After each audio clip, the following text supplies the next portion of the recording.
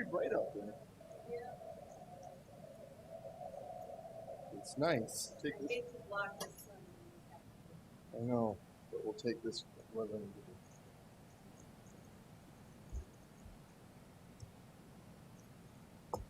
We just got back from the Yellowstone, Wyoming, Montana, Colorado trip. Fun. How was it? It was gorgeous the whole time we were there. And they were scheduled to have storms when we left. So I thought this was good. Cool. We hired a guide to you can drive around it yourself. Oh yeah. But how would you know what you were looking at? It's nice. It's big. Well, and even if you stop at those markers, you still don't know the whole thing, like the guide does. He was so good.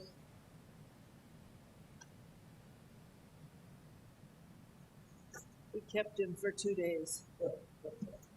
He took us up to a resort that had mineral water flowing. You can see. Nice. Yeah, yep. It was on the outside of the building.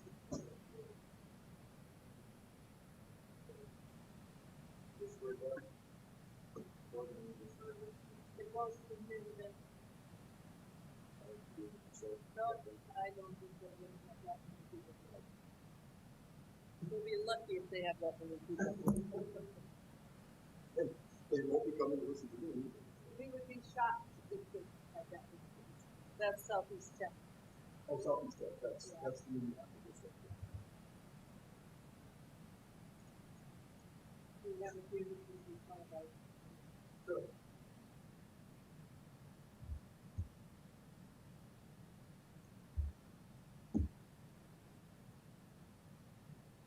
We have to spray seed and food.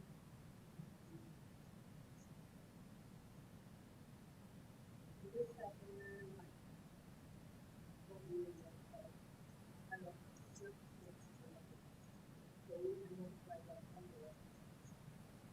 It looks good perfect. And then we have some.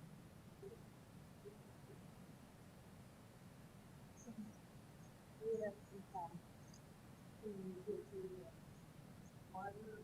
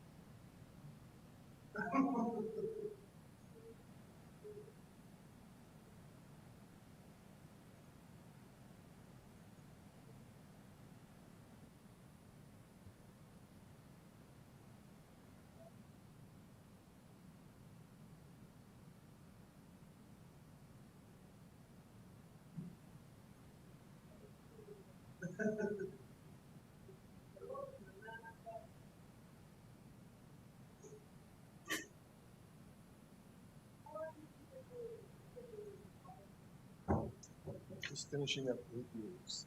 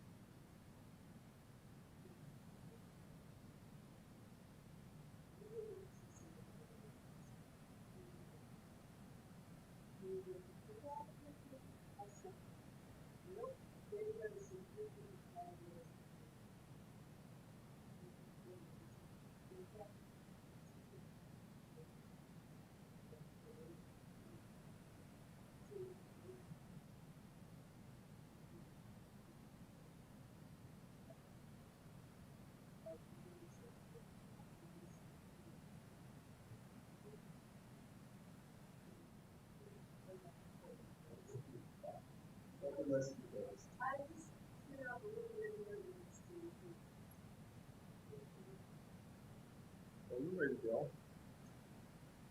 Last year, 2 years ago, my brother passed away, and he wanted to be cremated.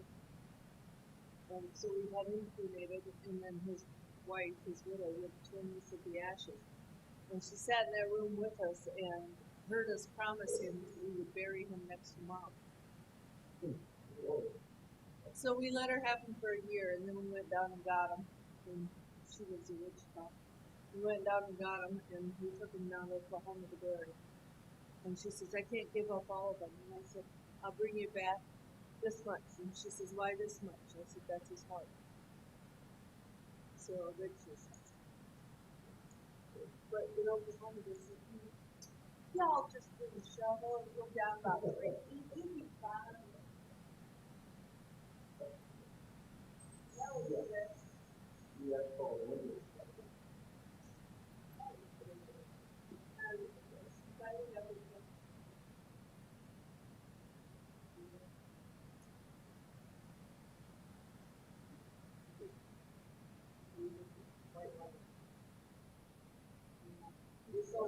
This old lady was on the White House. And my husband was, 6 years older than me, and he was on the White House. And I teased the girls that I was going to piss him off with this picture picture. And the two of us lost. Here's a picture of me grabbing him. The guy, and the brother, who had the letter on his arm, picture, that.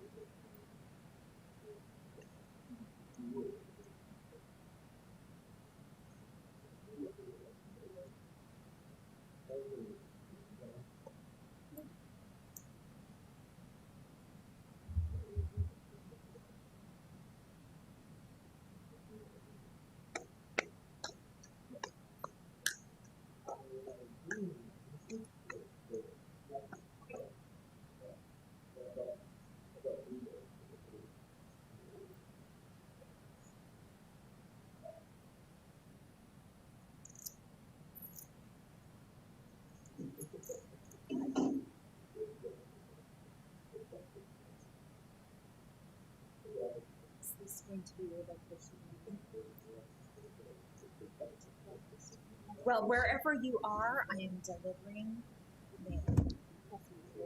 So wherever you would like to be, my location would welcome, welcome.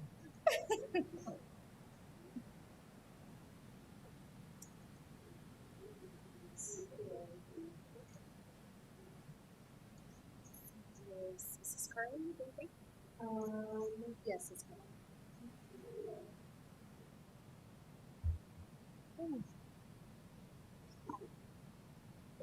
Good, and you? Right.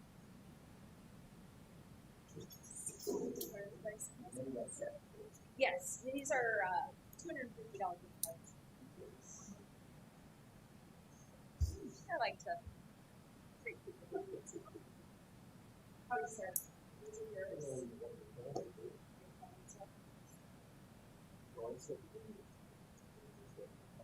Oh, I am wonderful as well. Okay, I need you to sign here there again. and the date. I am lying also. Let's see, it's one today. Okay, good. And the winner is Thank you.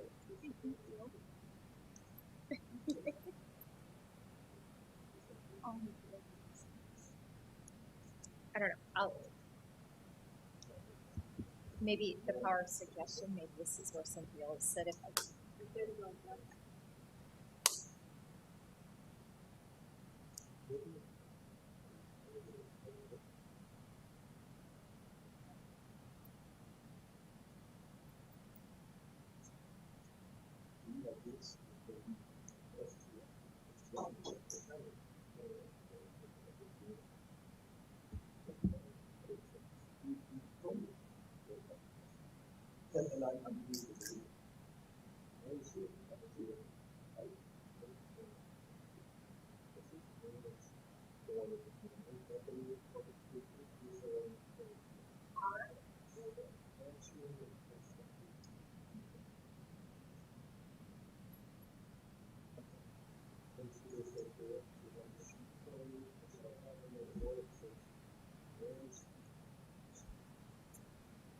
And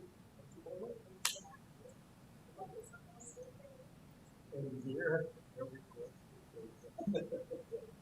So it's sunny outside, and we're hoping to have that through these answers. Because that would See, I never thought that last part. That's all I have to say. So I'm hoping that you bring that conversation.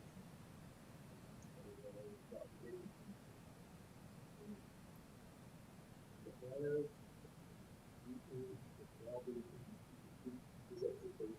Pardon? Sorry.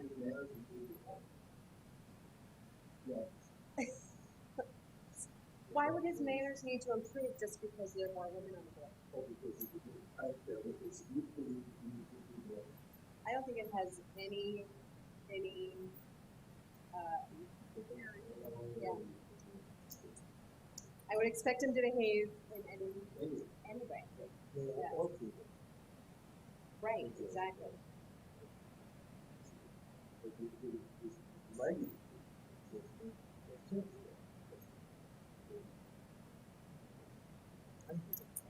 This is supposed to be a group of me. So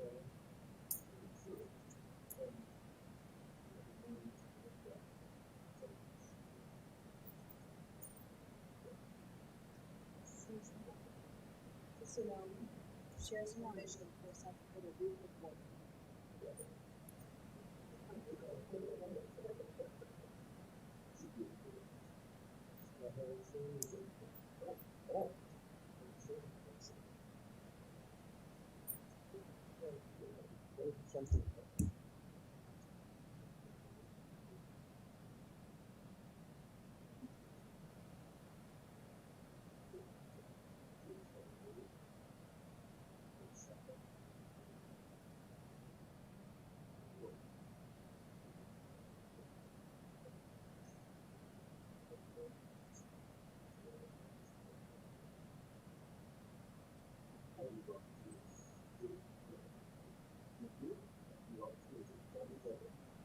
How is she going the same day?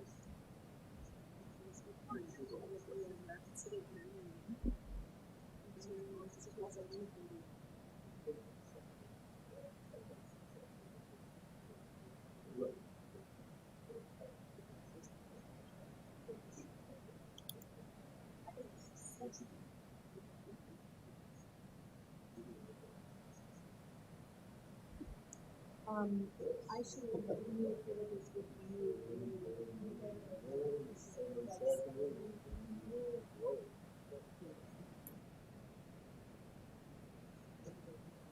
Okay, I went to one meeting first for 6:30 together.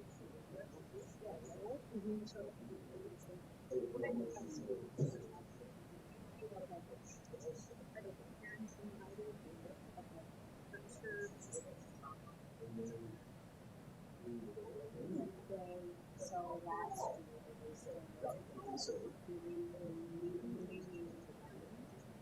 because it used to be it was a 6 o'clock start.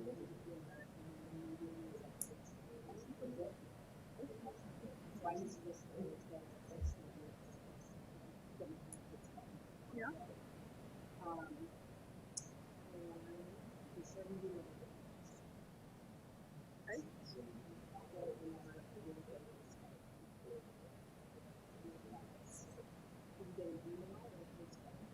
First time around, I got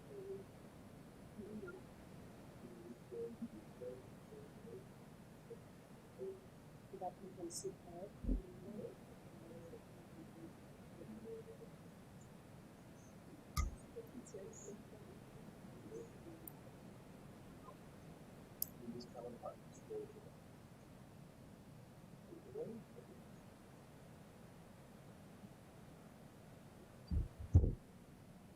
I learned something.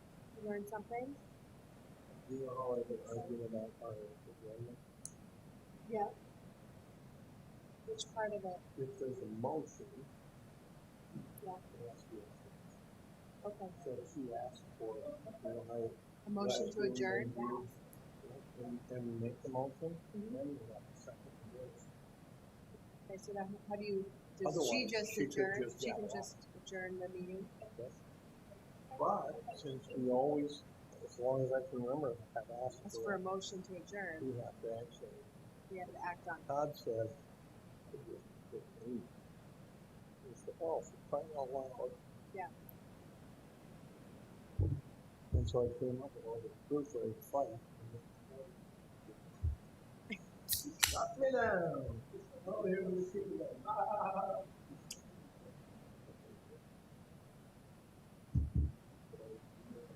not sure, I tried to see, I was trying to see that.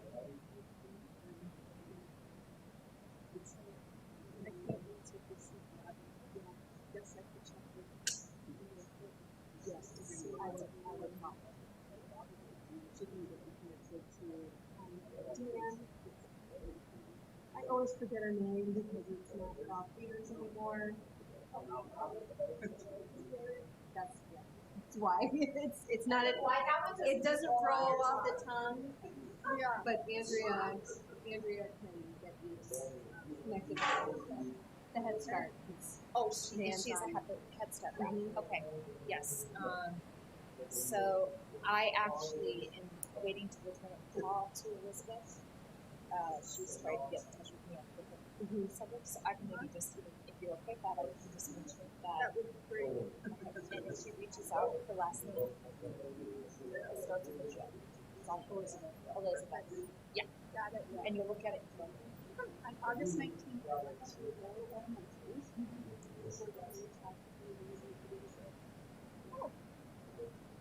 So, I don't know if it's changed or what, but usually it's like once a month on Monday. it's when it usually is. I'm not sure if that's Yeah, I mean, common or for they the leave. years I was in Right. And it used to be at Hawthorne, but then they started moving this. okay, I will make sure to mention that. And do you check the classes up to okay. Do you want to remain involved? Right on his.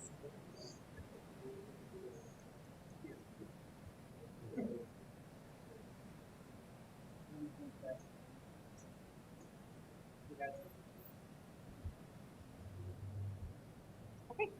I will have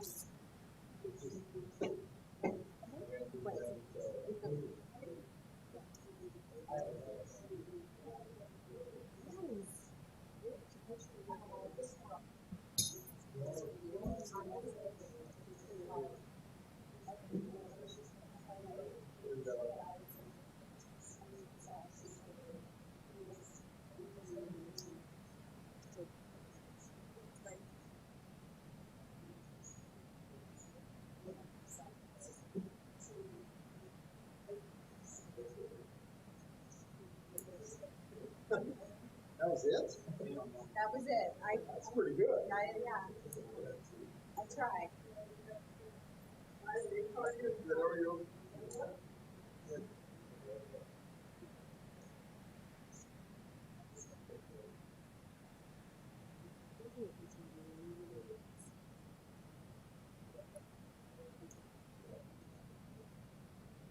That's what I was just starting to do that. She knows that.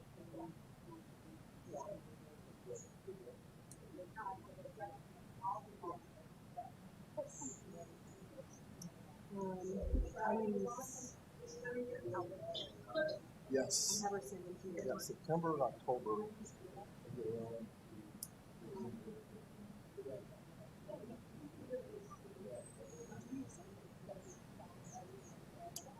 Only when specific.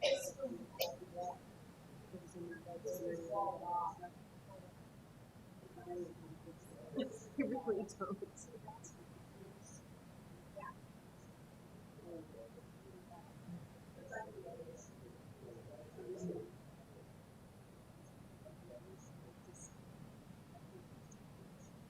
I think that's the way to do it. So you just use, obviously, the word that's small.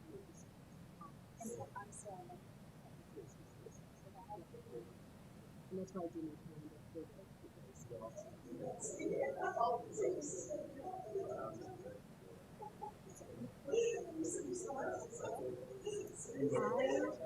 We're thinking about it. We're kind of like double booked that day. So if we went, we only go for the one thing. I would convince Jack to. You should come to volleyball. Volleyball starts at. Oh, yeah, all the boys. Well, we have something Tell me how long it There's a great crowd last week. 4 o'clock is on. We don't have very many home games next week. So Parents' nights. you need to send me a text when you send your parents a text. It's Effie to the group text. Remember PayPal? Exactly. Yeah. Special about it. I had policy in the All right. morning. I had my wrong agenda. I know, and I didn't look at Facebook until the wrong agenda.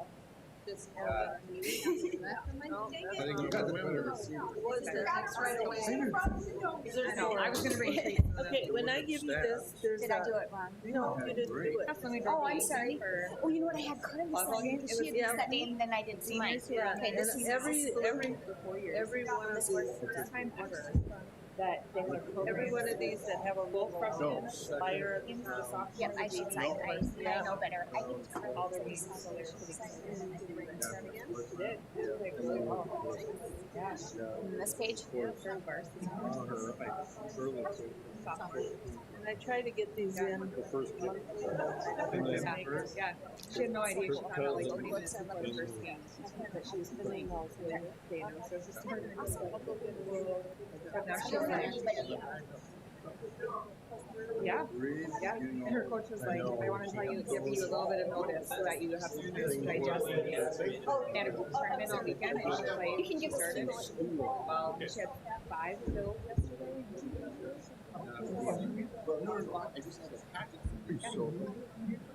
Yeah, and she doesn't seem like she's a like she doesn't get shook up or anything. I'd be nervous. That band was playing yesterday at Yankton. Oh my gosh. Oh yeah, that was fun. Look on yours. No. That it covers that. Perfect. Thank you. Oh.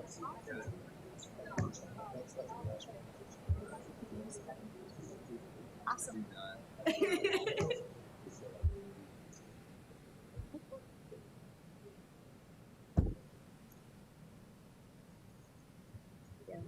First kid drop was nervous. Which is a good problem, I suppose. But yeah.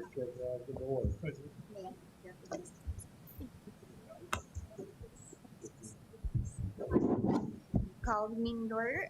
We already were in order. We had executive session, so we'll go right into our board work session. We had no one here to address us as well. So, Dr. Maher, would you like to introduce Wade Courtney? Absolutely.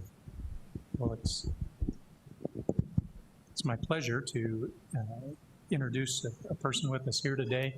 As we talked about thinking of an appropriate topic today, the topic came up was the topic of boardsmanship, how do effective boards work. And we thought, what a great time to do that when we got a board that's getting along and functioning really well versus at a time of crisis. So that's the impetus for the meeting today, or for the topic of the meeting today.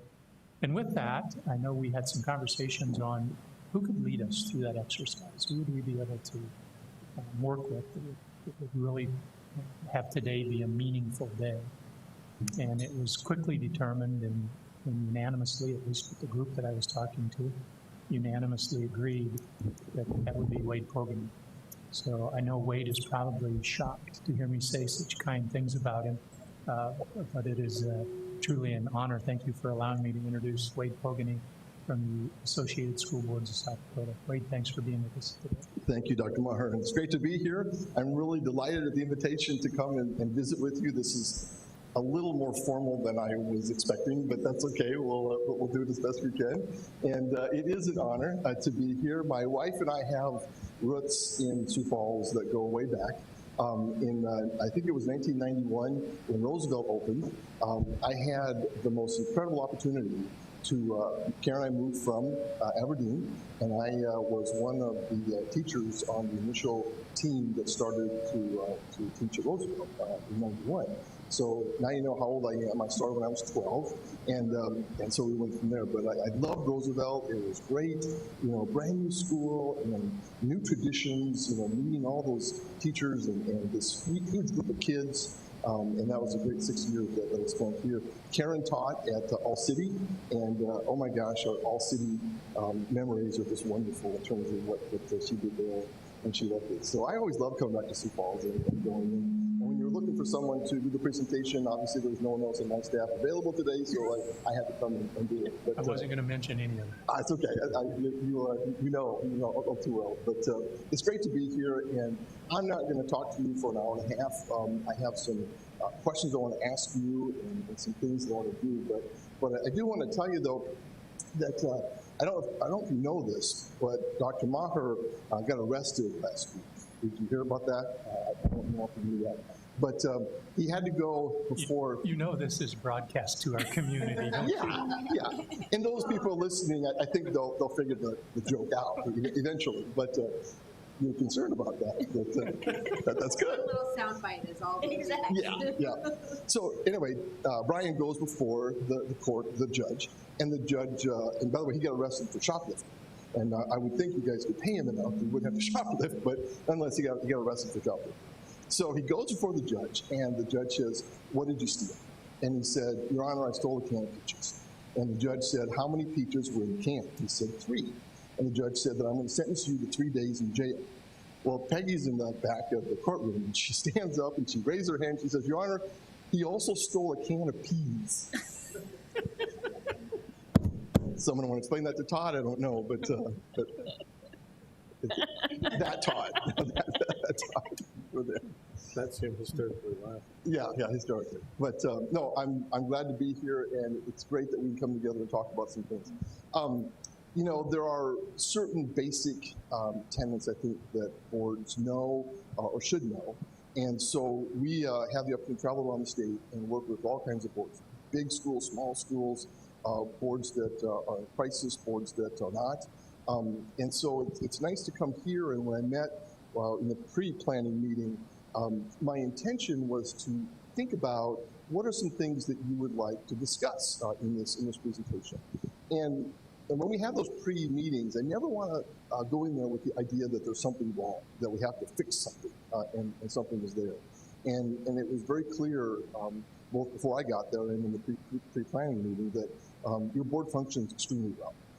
And so I don't know if there are any big aha moments or insights that we have, but we'll talk about team building, working as a team. We're going to do some activities. We're going to get up and move around. We're going to have some discussions. And then we're also going to talk about some basic ideas of what all board members should know. So when you come away today, I hope that I can show you maybe 1 or 2 items you didn't know. But I also think that as we walk through these different outcomes, that we're going to find some things that we do, and some things that you already do really well. And so we'll see how that goes and how that develops. So if you have any workshop, the ability to come away with a couple key pieces, I think that's important. So what's in your packet? Well, I made a binder for you that has some basic information. One is going to be the PowerPoint. And by the way, there are 75 slides. I am not going to talk about 75 slides. I'm only going to hit a few. But the rest are for you to read. There are also some select articles that I think are really, really good about what do effective boards do, how do effective teams work together, how do we establish trust with each other. And so if you would take the time at some point in your business schedule to read those articles, I think you'd find that to be very helpful.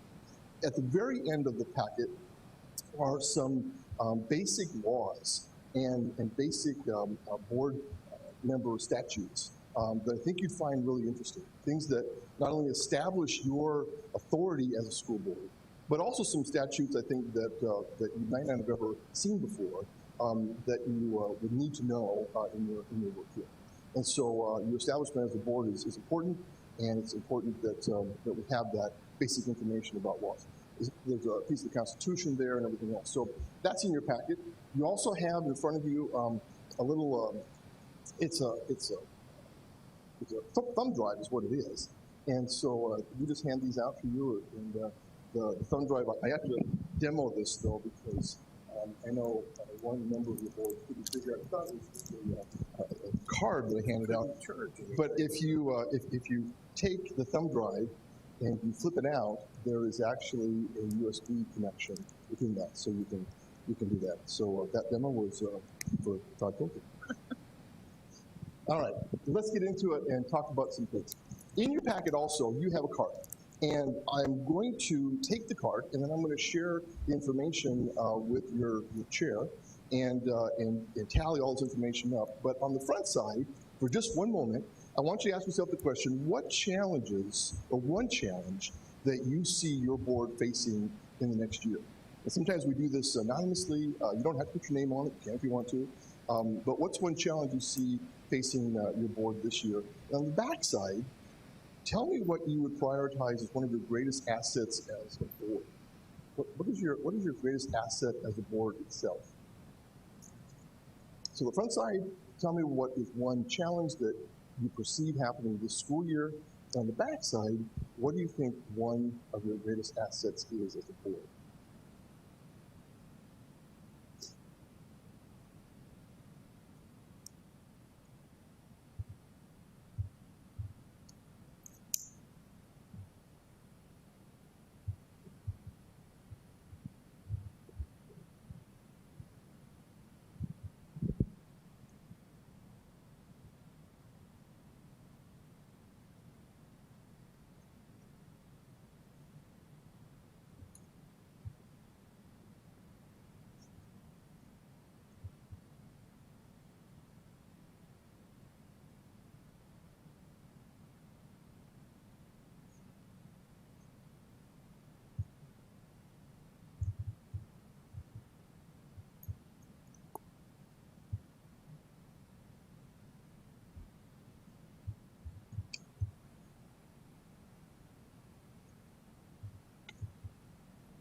All right. My only political statement today is about your authority as a school board. And that's that when I go to peer and I lobby for all the school districts, I try to make it really clear to legislators that boards are an autonomous political subdivision. They are a governing board in and of themselves. And sometimes our friends in peer, want to pass laws that tell you as school boards what to do. But I think it's really important to understand that the basis of a school district, the basis of a school board, comes from the authority that's written in statute. And this particular statute talks about 13.8.1, talks about the fact that you have really a sovereign authority as a school board to make decisions, decisions about children, about your district, everything that has to do with owning the district, you have that authority to make. And I tell you that because you already know that. But I want to instill in you that we need to also make sure that our legislators that go to peer, the folks that represent us in the governor's office, understand that you have that ability and you have complete authority as a board to make those decisions. Now, sometimes people in your community don't like the decisions that you make. Sometimes legislators go to peer to change maybe the decision that was made or something like that. And I know you've been through a few of those before, but I think it's important that we as board members instill in our legislators, instill in our public, that you do have a lot of authority as a board to make a decision that have anything to do with your district. And I think that's really difficult sometimes for some legislators that want to legislate from here. They understand local control, they understand the issue about how important it is for schools to do their job, but sometimes they can't help themselves and they want to tell you what to do. And I always say to them, you know, I understand the issue, I understand what you want them to do, but you have to let boards make decisions. And sometimes, and I'll say this, sometimes you have to let boards make decisions that are popular within their community, and those are tough. When you're dealing with kids, it's always going to be gray area here and gray area there, and the laws are clear to a point, then you have to come into the superintendent and make some decisions that are difficult. But I challenge you to, visit with your legislators and talk to them about, what it means to be a board member and the decisions that you make. And legislators will tell me sometimes that they make difficult decisions, and I say, absolutely. You guys make tough decisions. So do board members. I have sat in on many a hearing that had to do with a student, a child. They might be disciplinary hearings. They might be hearings that deal with, IEP plans, those things. But those are sometimes tough, really gut-wrenching decisions. And I say that's why they're elected. And the difference is that you are elected just like our governor's elected, just like our legislators are elected, just like our county folks are elected, and you have a job because you represent that constituency. That's different than what I do or Dr. Maher does, those kind of things. You are elected officials. And so I think you have a great clout, you have a good credibility to do that. And I think that's where the statute comes from. I just want to say that because that establishes the basis for everything else that we do. You advocate for your kids. You are the sole source for setting the direction that you set. You have a plan in front of you that you try to implement. You're dealing with the achievement of your children. You're dealing with your public, and you have a big job to do. And I don't think really anybody who hasn't sat in your seat understands that, and where that goes, including administrators sometimes, including other people that are in the political world. So let's talk about outcome number one. I think we can all agree, tell me if I'm wrong, that the superintendent and the whole board needs to work as a team. I put this first and foremost because I really believe, and we emphasize this to our boards, that you can't operate in a vacuum. You're one individual as part of a group, including the superintendent.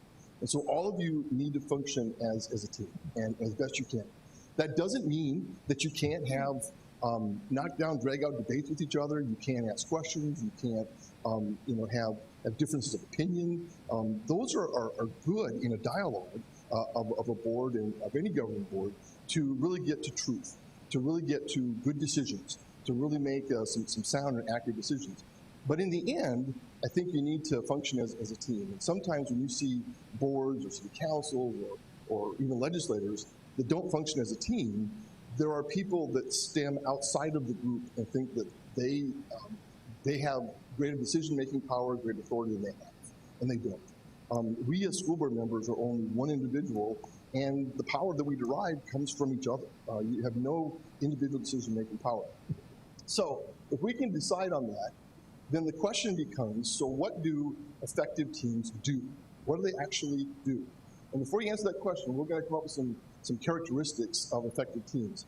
I want to do an activity, and I know you're going to think this is weird, and it is, but we're going to get up and get into a circle and do an activity. Anybody in staff that wants to participate, you're welcome to do it. So if you do this, you don't need anything with you. We're going to go right behind Dr. Maher, and we're going to get into a big circle together. Come over here.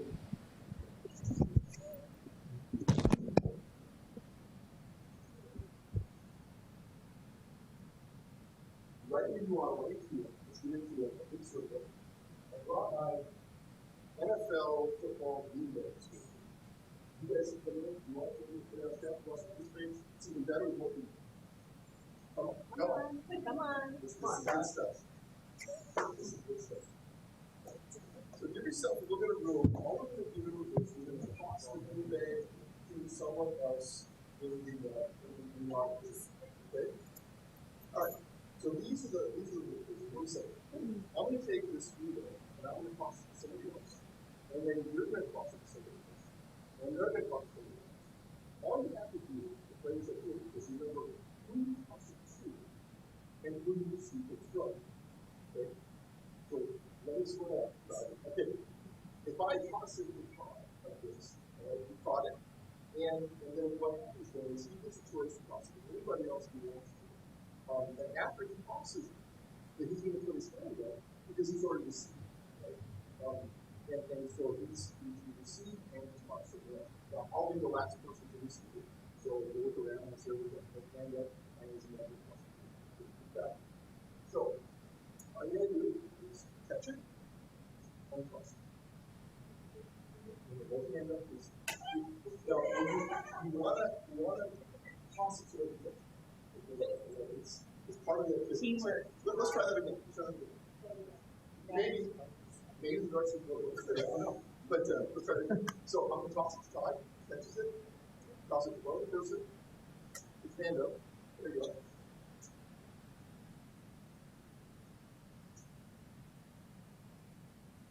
And then if we toss it to you, then we use it again.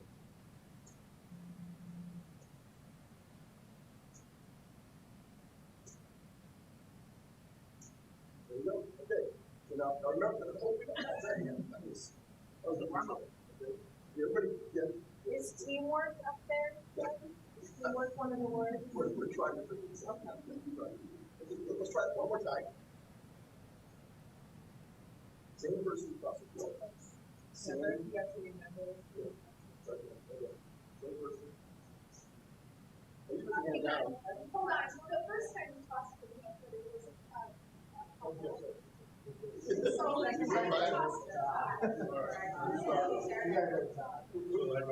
no.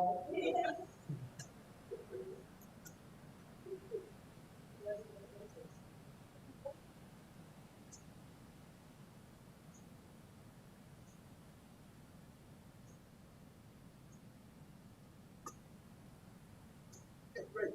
So all I got to remember is all I got to remember is that's the on, and there's the on. That's all I got to remember. Okay? Is that it?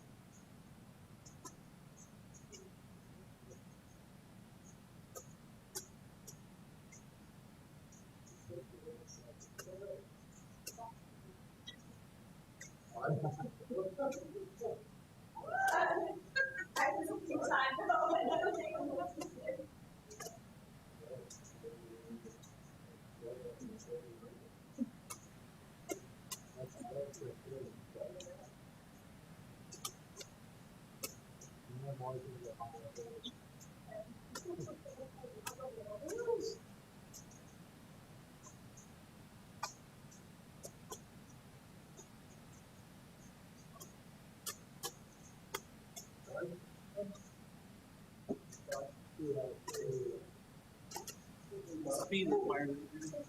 There's no speed needed.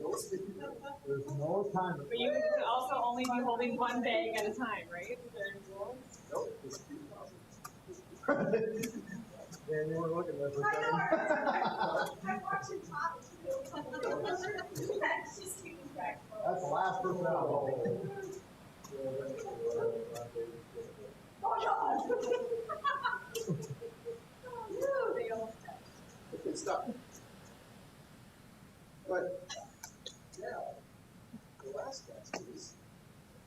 you have to go back. Okay, so what we do to receive it, we need to go back. Here we go. No. I'm sorry.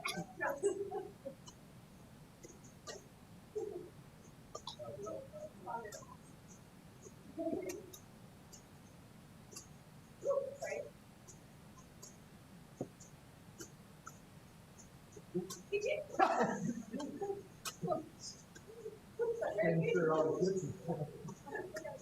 I'm just gonna forget about her.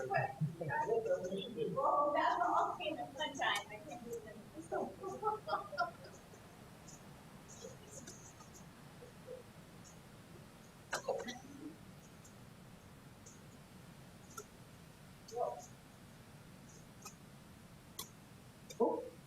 okay, stop. All right. So, when it comes to humor, kind of when you're doing it, so I think I'll probably use it. So, what happened at that, in the first go was, if you notice, you could almost hear a rhythm catchy, and then some people started to go, I'll go over because it was catching, there's some amazing changes, modification of it. What else happened is it's, what do you do? You talk. Why do you talk? Yeah, you start running fast, you try to make sure the job is done, right? So you talk to everybody else. More focus. Everyone was looking Very, at the person. very focused. When you added more, and then you stopped looking at other people that make fun of them and dropped it. Right. Focus on the person. Focus was key. What else?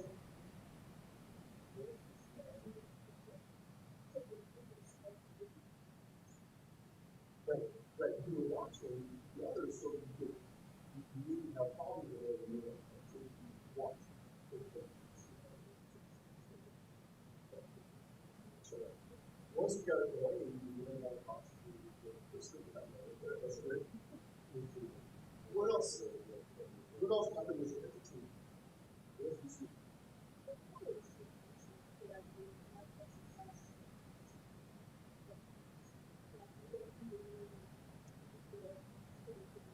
And it's a two things there. One was you trusted that the person was going to get it, right? So you trusted them. And the other part was that you were making sure that your part was going to get it, right? And it was so amazing. So you focus, the momentum, there was trust was there, the ability was happening. And did it bother you? Was there an increase in stress level the more you guys came into the field? For the first couple classes, but then it was like that. We just knew that there was people. Why? Why did that stress level not stay high? You knew the process, right? So you knew your purpose, you knew your task, you knew your goal, right? All you had to do was receive it and pass it. All you had to do. So you knew where you were going to go. What else did you do? Reminding others, like, why did you do this task? Just to drive through the field, why did you do this thing? Why did you do the task?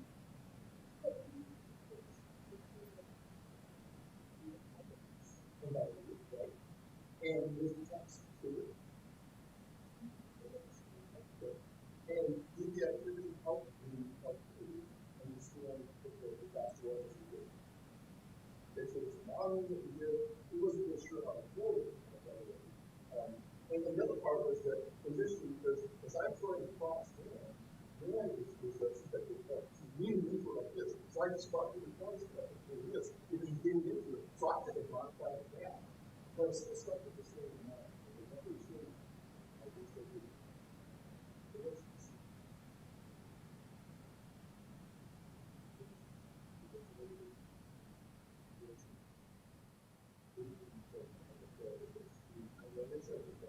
I never said that.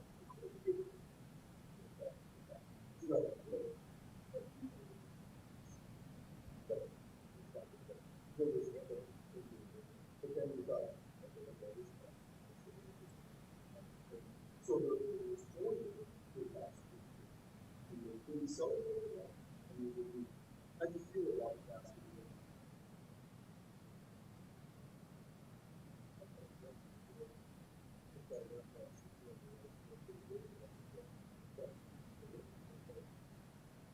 might be done better on the state. Solid. That is the accomplish something. Now, this is in but if you want to celebrate it, you say, hey, you guys, we put a lot of effort, a lot of work into feedback to this school district, and we work together, we set our goals, we found a way to make those goals divided up effectively, and we do things differently. And then that works with a celebration after that. That was right, exactly. We can't come together and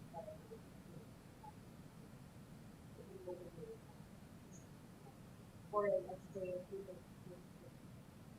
But you still got so the focus, the task is clear, we have the goals, we mental, we respond, we ensure that other people out there. You choose about anybody else or you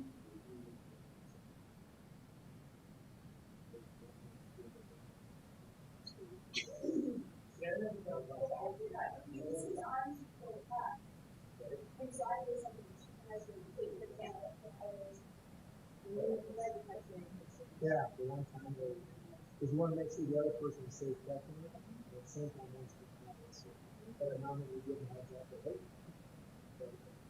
So team work together in ways schools set a relationship. Anybody just want to stop and say, oh, it's quality.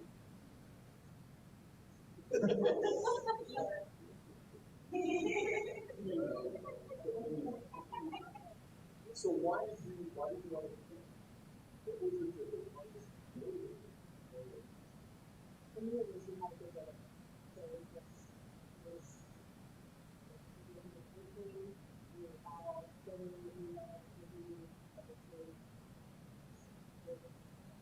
so that was satisfaction. You felt satisfied with it. If the index kept hitting the obstacles before the right stuff, the satisfaction was because the team was doing it. Right. So satisfaction was fine. So that's you.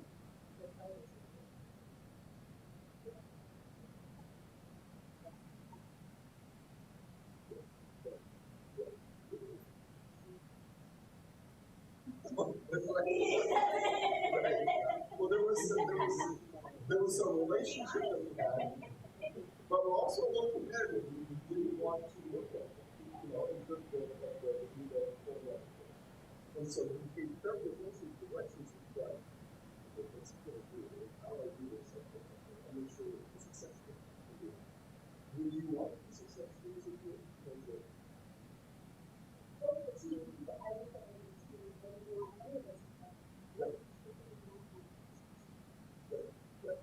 So we make sure that everybody has some success.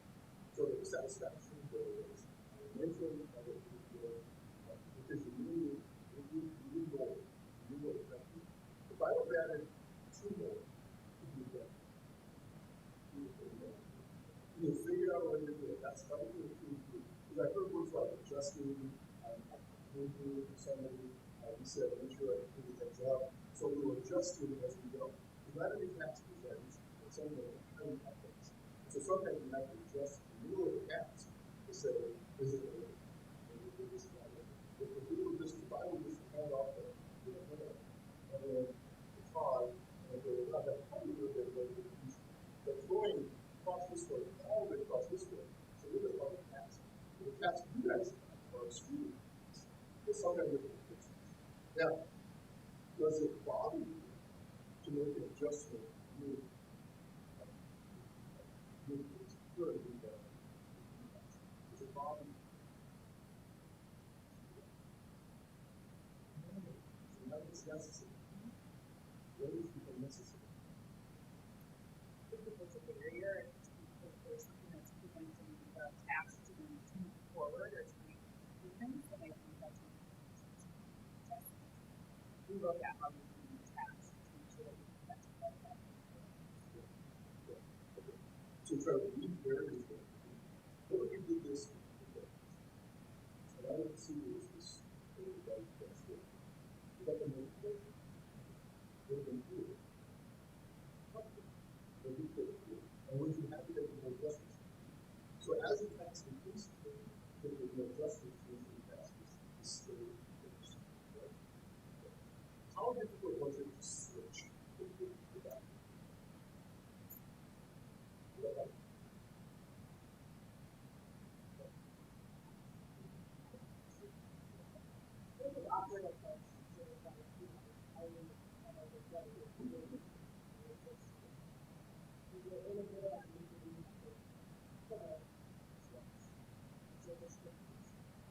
So why was it? Why was it? Why was it happen? The systems just work that way. You have a system. You go under a model with a system. But sometimes systems don't change. And so we have to adjust. But the adjust is really pretty good. Most people do this really good some of the time to get it back. But what did you know about the past? To look at the opposite.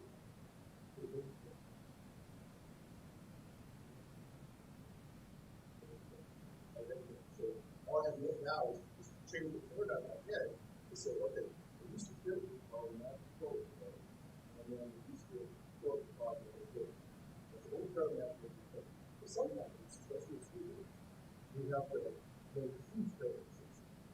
And that takes time, and years you make about it, all you do is backwards. But in schools, paradigm shifts are good. It's systems in place. That's how it's done. And you can't step on that system sometimes. And so you shift that. You push on top of it. And how do you shift paradigm? How do you make things?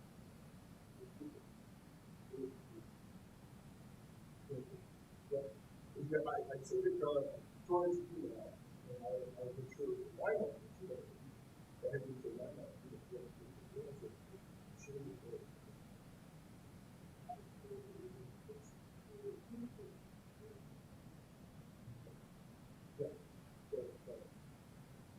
And the thing is, the rest of the part too. If you can move in this direction, control it, move it this way, and then switch it, I got to figure out what is the super support. She understands. I understand that. What is your plan?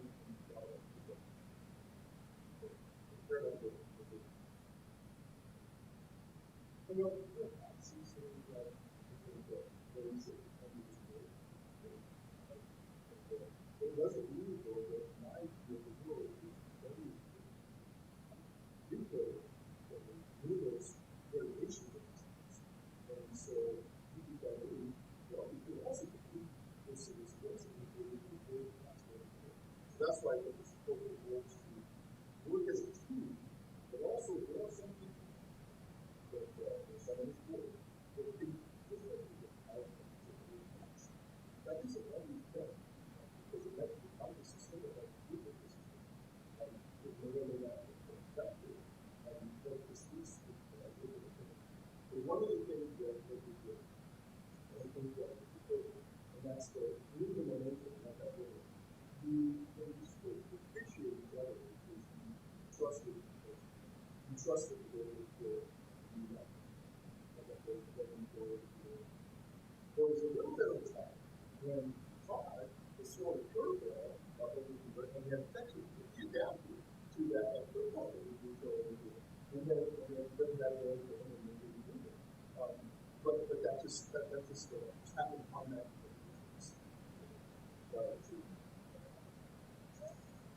I was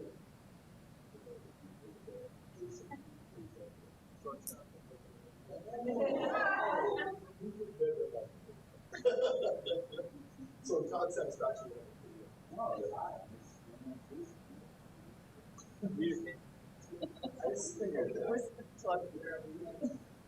right.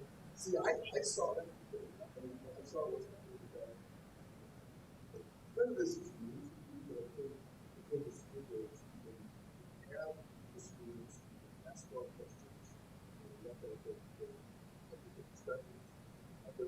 day that answers that question. Is the team actually are we trusting each other? Are we communicating with each other? Who's real high to trust us? And some decisions that I and so, the time we taught to do that that was the most satisfaction because we said the best of the parts. And so, that kept growing. We have to get adjusted to it. We'll sit down and look at it. Why do you want to figure that out? The second thing is that we I would say that was how it was great. But it wasn't as bad as it was. Or you can choose to do something else. I've seen that. So when we're doing the work that people are doing, and also we use the slide as well, we do something else. Oh my God, we hopefully multiply. Because it's good. That's not answer. That was a direction.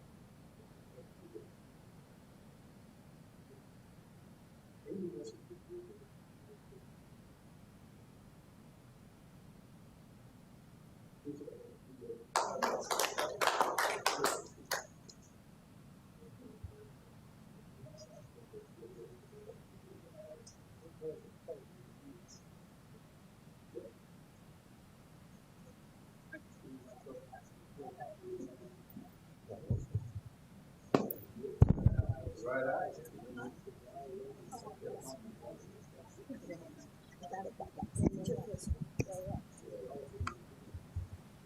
I get it.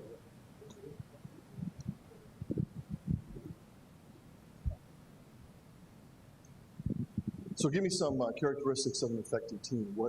We just talked about a few of them. Just brainstorming this thing. What did you see? Characteristics of an effective team. What did you do? I think about that we have strategic plans. We come up with something, so we have a purpose, and every one of our meetings, our reports address something on that strategic plan. So I think that's something that we do effectively as administration in the school. Sure. So that plan as a board gives a purpose, right? It gives you direction and purpose, kind of like the task. You need the task where it's going. Does the plan give you any indication of roles and responsibilities of the school board? No. Okay. All right. And that's not a bad thing either. Because sometimes the plan is directed to say, now we have the administration to execute the plan. But what is your job with the plan as a board member? We need to have consensus. Right. We need to agree that the strategic plan is what our purpose is. Exactly. This is the direction we want to go. And every school, every board can have a different direction they want to go. But these are the 3 or 4 things we want to get done. And then we direct Dr. Maher to help us do that and go through that. And accountability that we're following through with that strategic plan. Right. You have to be accountable to yourself and your board, and you have to hold other people accountable. So purpose, I think, is one of them. What else have we seen? What do effective boards do? Communication. Yeah, absolutely. You got to be talking to each other and trying to make sure that the team is working. We talked about the plan, giving the priorities, what we're doing. The roles, what is my task? What is my job? And we'll talk about that in just a second. What else did you see? What else do effective teams do? You have on your conflict, and I think it's important to know it's okay, like you said, to have disagreements or conflict, but it's how you handle that conflict and come to a resolution with that conflict. It is. If I don't handle it maturely and appropriately, then the conflict becomes a problem, and then we can't get done when we get done. So it's no different than if Karen and I have a disagreement about something. We've got to resolve the conflict before we can get to whatever the task is we want to do. And work with. So that's got to be resolved. And one of you mentioned that there can be barriers to a task, and one of them is conflict. Now, I think it's two kinds of conflict. One is constructive criticism, which some people can view as conflict, and other can be just barriers that people put up intentionally because we don't want to do it. It's too much work, that kind of stuff. Those can be other conflicts. But unless there are things that stop you from actually accomplishing the task, I think you can work through those. And yeah, conflicts can also be, personality issues. I just don't like the way he approaches this, or she approaches this, or I don't like her opinion about this, or his opinion about this. But I think you got to work through those conflicts to do that. Decisions, really, cut, conflict is dealt with. And I put the word respectfully up here on purpose. Folks, I think that just goes without saying, but wow, I see this all the time in different groups I work with, that kind of stuff, that people are in conflict, they have disagreements, but at the end of the day, they might still have a very good relationship with each other. My wife and I, we get into conflicts sometimes, but we have a wonderful relationship because we work things out. But you don't have to be disagreeable to disagree in some cases. And so I put the word respectfully in there because I think that the norm of having to care about people in our team, I asked you to care about each other, and you said yes because we wanted the task to go. But I also don't want someone to look bad either. So I'm not going to say something in the board meeting that makes you look bad intentionally, because I respect you. I have enough respect for you. Now, you may not necessarily, invite them over for Thanksgiving dinner, but at least you have a healthy respect for the individual. Personal traits. Everybody has unique personalities, and they bring different things to the table. I think this is important. I don't know if you do this or not, but certain groups and some boards have different kinds of norms. And they can be like very simple things, codes of conduct that they all agree to. We're going to come on time. We're going to have read our board packets. We're going to not make any kind of rash statements in the board meeting. We will have our questions answered best we can. There are just certain kinds of protocols that people will follow. Now, you might have those just innately that you do because that's the culture of your board. And quite often that's the case. I know some people write them down, and that mostly I think is generated for new people to come in and say, look, that's not how we behave. That's not how we act. Boardrooms, classrooms, those kind of things, sometimes they just have to have certain norms and certain behaviors that people understand. I was telling Dr. Maher that every time I have a director's meeting with my staff, I have my agenda, and the bottom of the agenda are 5 or 6 things that I think these are just basic things that we all know, and we're going to follow this together. And also gives me the ability to hold someone else accountable and then hold me accountable as well. We don't have our cell phones on and we're doing emails when we have our director meetings going on. We don't do that because we want to make sure that we're all engaged and we're on task. And I use those words. We're engaged and we're working together and we're solving problems. And they're basic things. And you would think to yourself, I get frustrated because I think people should know these things, right? Well, the same thing happens in the classroom. There are children that don't understand, basic ways of behavior in a classroom. So we teach them that. Some schools use Boys Town training. Others use other social skills training. And you would think to yourself, I shouldn't have to teach a child how to sit still. Now you do, because some kids don't know how to do that. The same thing can happen with the board. And I don't mean to give the sense that you don't function correctly, but I think you have to have a sense of the culture you live in and the kinds of things you expect from one another. And then hold each other accountable for that. I remember one time I'm in my director's meeting, I'm sitting there, my phone goes off, I've got it on silent, my phone goes off, and we're having a pretty intense conversation. And one of my directors said, Dr. Pogan, are you with us? And it was just this subtle, that's not our culture. And I just glanced at the phone real quick. And I didn't get defensive about it. He was right. I just ventured off over here for a little ways. I wasn't engaged with the group. And I am glad he held me accountable for that. I am glad that that norm was a part of the group in what we had. So if you have those kinds of issues, it's not uncommon for a board to have that discussion. To say, it kind of bothers me that we have this, but this doesn't happen. Can we all agree on that? If you can't agree on it, then it is a norm that you have. But teams have those norms. They find efficient and productive ways of working together, like you did. I'm going to take the beanbag under because we keep getting hit when it goes high. So I'm going to go under there, and that's more effective, more productive.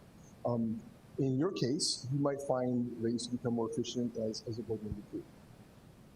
Last two, success from the team is met with success. That's that high satisfaction. Effective teams, even if they are perceived to be dysfunctional because they may have conflict, they may have disagreements, effective teams always have high satisfaction because they get something done. And if you've ever had a situation, maybe not at your board meeting, but ever had a task that just never ends? It just keeps going, and no one really takes the ball, no one really wants to solve it. You know, it's one of those just out there. And the more the task gets put off, or the more the task doesn't have leadership to it, or the more the task doesn't have a purpose to it, you get frustrated. Why? Because the team isn't working together to solve it. Either it isn't part of the priority, it isn't part of the purpose, it isn't part of what we do, I don't know my role. That's where teams fall off the wagon, is that when their roles and say, this is my job, someone else should be doing that job. Okay, well, if they're not doing the job, and you're not doing the job, the task sits there, doesn't get done. So I don't know what I'm supposed to do at this point. And I know in my office, we have a task that's ongoing, and I need to take ownership of that task and make sure that it comes to a completion, because we're not at a high satisfaction level of that task. It's just hanging there. But it's a tough task, and someone needs to take charge of it, and we need to get it solved and do that. That's what leadership is all about too. Training and those are pieces. But you saw all of those characteristics in the activity that we had.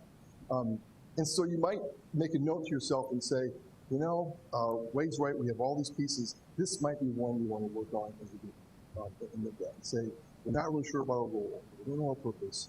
I bet we do. But there might be one or two there. The other part that I would suggest is the whole underpinning to all of this is trust.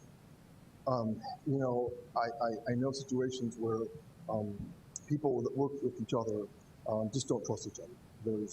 There's whatever the conflict is, that they just do not trust each other, and that's just an environment where you're not going to have completion of a task. You're not going to have high satisfaction, and it actually, you know, breeds a kind of a contempt in the team. Now, there are things though that happen that create mistrust with each other. So we want to try to avoid those things, and if it happens, you know, then we need to address it. I mess up sometimes at home, and my wife is not happy about it, and we've got a conflict, and we need to address that and take care of it. Sometimes I just want to be mad for a while. I don't want to address it. She wants to take care of it now. I don't want to take care of it now. But at some point, we need to address it, because if we don't, then I always say that I have a tank, and it's built up with trust with my wife. And sometimes I do stupid things, and that tank goes down. So I got to rebuild the trust again a little bit more. And that's in any relationship that you have. How much trust do you have in the tank? And I will share this with you, that when we were talking about this topic at our pre-meeting, a couple of you said we have a great deal of trust in Dr. Mark. And I think that's true. I can see that in the activities that you have with your board and where you go. And sometimes boards begin to ask questions about the superintendent, and when those questions begin to come, then it's not just a matter of we don't trust them, we just have questions. Well, if I'm questioning things, then you got to do something to build that trust in it. And so I'm not going to ask you the question, do you trust each other? But I think we should think about that in terms of how do we act as a team. Now, when we were throwing the beanbag back and forth, we had a lot of trust. I knew exactly, I trusted Carly Message. She was going to throw that beanbag. It was going to be thrown hard enough I could catch it. I didn't have to worry about that. I was waiting for the beanbag to come, and she would kind of look at the beanbag, she'd look at me, she'd throw the beanbag. I had a lot of trust that Carly was going to get me that beanbag and what was going to happen. The question then becomes, how much trust do you have with each other? Because when you get to a point where you've got to make a tough decision, and you're at a hearing of some kind, and you're going to be talking with each other, you've got a significant task to accomplish. But if I don't trust my colleague on some things, now we have noise. We have noise, and we can't accomplish the task because there's noise in the way all the time. And so we've got to make sure that we lead with that. So what are some strategies? Oh, by the way, I'll tell you, there's a great article. If you go back to your supplemental reading, there's a really good article in there that talks about the real crisis. And it's 8 ways to beat the real crisis. David Horsager is the CEO of an organization that actually teaches people about trust in organizations. That's one of the things he does. He's an outstanding speaker. I heard him last summer speak, and he really gives you some good things to talk about. It's a neat article about the research they've done on trust and where that comes from. So how do you do it? How do you build trust with people? Not just in a board, but your relationship, your dealings with other folks. How do you build trust with them? What do you do? Shared experiences. What does that mean, Carly? Shared experiences. Well, like the more board meetings that you have with your whole group, you learn to expect that certain people are going to say certain things, or they're going to make, a certain type of a comment, or they're not going to. And so I think just the pattern of behavior, you kind of pick that up. Just relationships, like maybe if your child goes to the same school as them, or they have a class with them, you have another shared experience where you have something else to talk about, and something else that you have in common. I think just helps you to find that similarity, and then you feel like, oh, we're similar people in values or in ideas or thoughts or experiences, and then you trust people because of that. Would you say that it's true that people tend to trust other people that are somewhat like them? Yeah, generally? Yeah, okay. So you find commonality with people, that you have a common experience here on the board, but you come from different backgrounds and different relationships, so you try to find commonality. Great, what else do you do? What are some ways to build trust with people? I think for me, sometimes I've built more trust when I've maybe disagreed with someone, because we've learned how we're going to handle that and know that we can get through that as well. Like we might have disagreed on a certain policy or something within the board atmosphere, and just knowing you can get through that the first time, because none of us are like best friends outside this boardroom and know each other that way, in that manner. So just knowing how you're going to deal with that conflict and go, oh, okay, we weathered that, we can get through that, and how to adjust to that. And you create a norm there that you might disagree. Exactly. But you're disagreeable. And we can still work together, and and have other things that we will work together on. Until you get home and post it on Facebook. Exactly. No, I hear you. Yeah, but you establish a relationship enough with the person to know the pattern, how they're going to act, but you also know that if you disagree, it'll be okay. Okay. You trust them. What else can we do to build trust? Do what you say you're going to do. Right. If I tell you I'm going to be here at 1 o'clock, you just expect that I'm going to be here at 1 o'clock. If I show up at 2, and you're going, okay, I'll forgive him once, but then I show up late again, and maybe I don't show up or don't call you. I don't get done what you want me to do. So in addition to doing it, you're setting an expectation of what I should be doing. And if I don't, then you don't trust me. Yeah. What else? More hard job for you to this.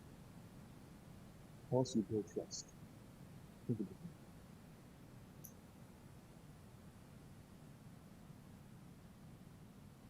It says board members and superintendent, maybe I'll lay in. Please. When we do it, meet with every board member, every individual. It's shared experience, colleagues, gives us an opportunity. How does that build trust between you and the board member? Well, what does it do? You talk to them. Familiarity integrates contempt or compassion. Right. So far, I would say it's been compassion, at least an understanding of the issues and the roles. There's going to be a time that ask questions. It's more of an easier setting.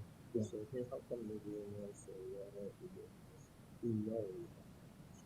Have you ever known someone who, maybe not the board setting, but someone who has kind of a peculiarity about something they do, and you just don't understand why is he like that? Why does he do what he does? Use he. It's just a generic masculine term, but are you a little sensitive about those things? Token. Or she. Have you ever had someone who just has a peculiar behavior, and until you get to know them and understand why they are like that, then you're kind of like, I'm a little standoffish. I don't know why you're doing that. But once I get to know them, I might think, oh no, it's not a threat. It's not harmful to me. So we're a little bit standoffish from people that we don't trust people that we don't understand. And we use that word.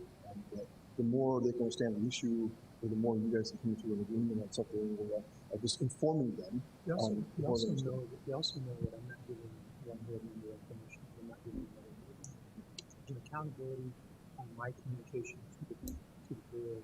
Sure. I think as well. Right. So if they don't all get it at the same time, violate open meetings. Right. Of course. Yep. Yep. Too, and it helps just helps that relationship. Not only are we getting information about what's going on in the district, but it gives us the opportunity to get to know each other a little bit more. So, Dr. Munger understands my perspective. Got a middle school student and a high school student. So my perspectives are changing from the elementary school. So, it's just, it's an opportunity to just get to know each other. Yep. Even after 5 years. And continue. Right. There's no growth. Right.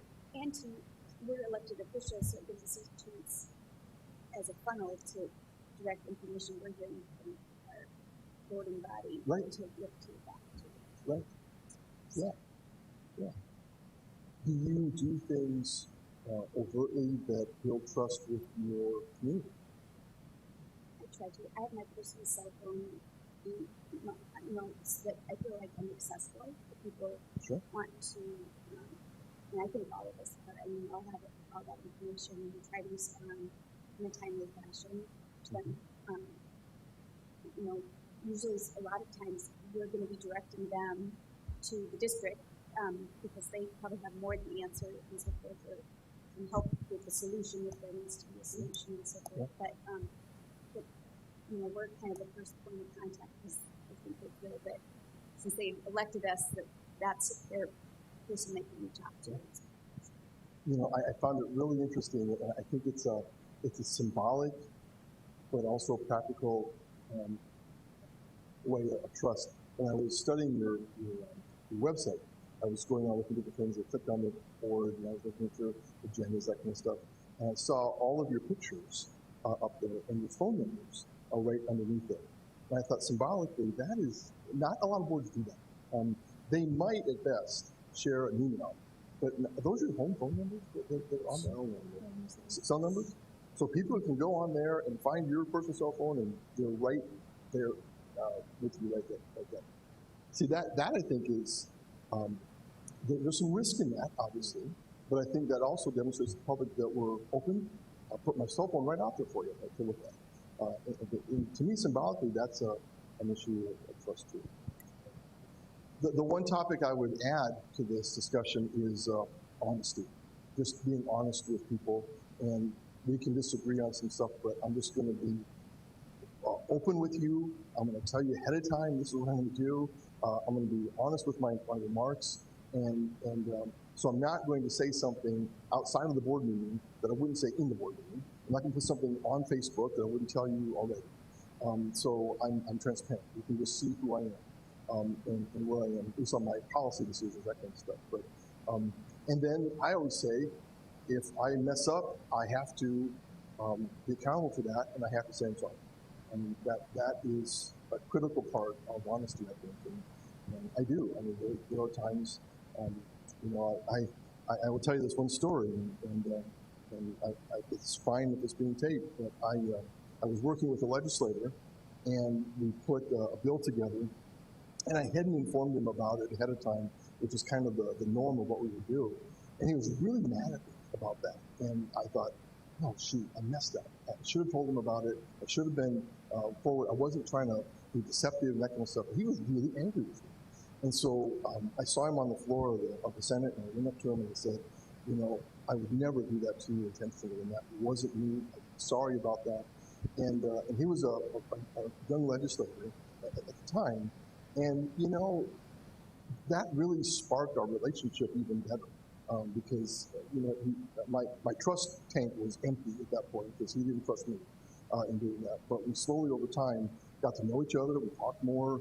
You know, we go out and have dinner at La Minestra or something, and I knew I had to rebuild the trust level with him and do that because I messed up after doing that. And so over time, we really worked well together on that. Now, in the back of his mind, though, he's always thinking, can I trust Wade? Because we had that one time, you know, and so it all depends on what kind of an elephant memory you have about that and where that is. But honestly, I think it's important. Lead by example, communicate openly, know each other personally. Don't place blame. We didn't talk about that one, but there's just no place for blame in doing that. You can make decisions, but don't blame. Discourage quits, discuss trust issues, and I think above all, you need to have that dynamic relationship as you do with your superintendent. Without that, it just and I work with some boards that are having that struggle. And they say the superintendent won't do this and this, and this is the problem, and that's the problem. And I sit down with them and I say, wait a minute. Are you sure it's a superintendent? I mean, there are trust issues I see here, but are you sure it's a superintendent? Well, I don't know. We don't get along with each other. Okay, let's start there. And so sometimes we get back to the real root cause of the issue, and that's we just don't get along. We don't trust each other. Okay, let's talk about your role and, I'm going to run out of time so quickly. It's just crazy. But let's talk about your role just a little bit. What's your role as a board member in the Sioux Falls system? The job of a 2-year-old is to rule the universe. That we know for sure. And so I'm going to ask you what your job is. By the way, that's my granddaughter, Nora. She's a 2-year-old and she does rule the universe. And she tells me that. But she loves her sunglasses and her little bow. But what is your role and what do you do? So I want to play this video from Wayne Gibson. He's a guy that is giving advice to a new school board member, and I just love the way he boots this up. It's kind of funny. It's real short. Oh, not that one. Not that one. Let's go there.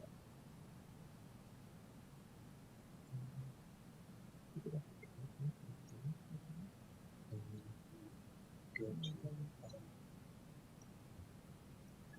let's go back to this thing.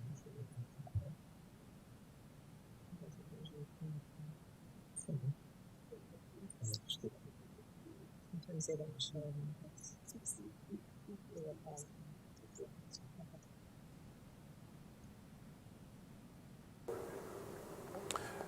Advice that I'd give to a new board member: if you got on the school board for any other reason than to promote student achievement and accomplishment, get over it. If you have ulterior motives, thinking that you can come in and change the board or the school district, get over it. It won't happen because you're only one vote. Get on board, realize that you're there for the children, and if not, you need to find another place to be. It's just so to the point. Short and sweet. I love Wayne in doing that. I want to show you one video here that we have. It's about trust.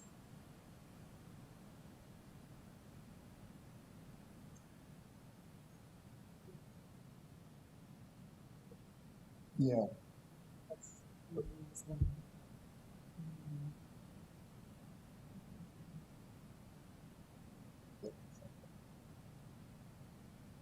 We're going to ask you to fall, and then they will catch you.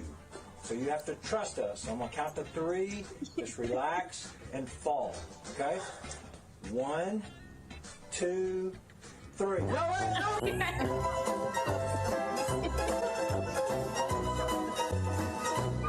3. No, wait,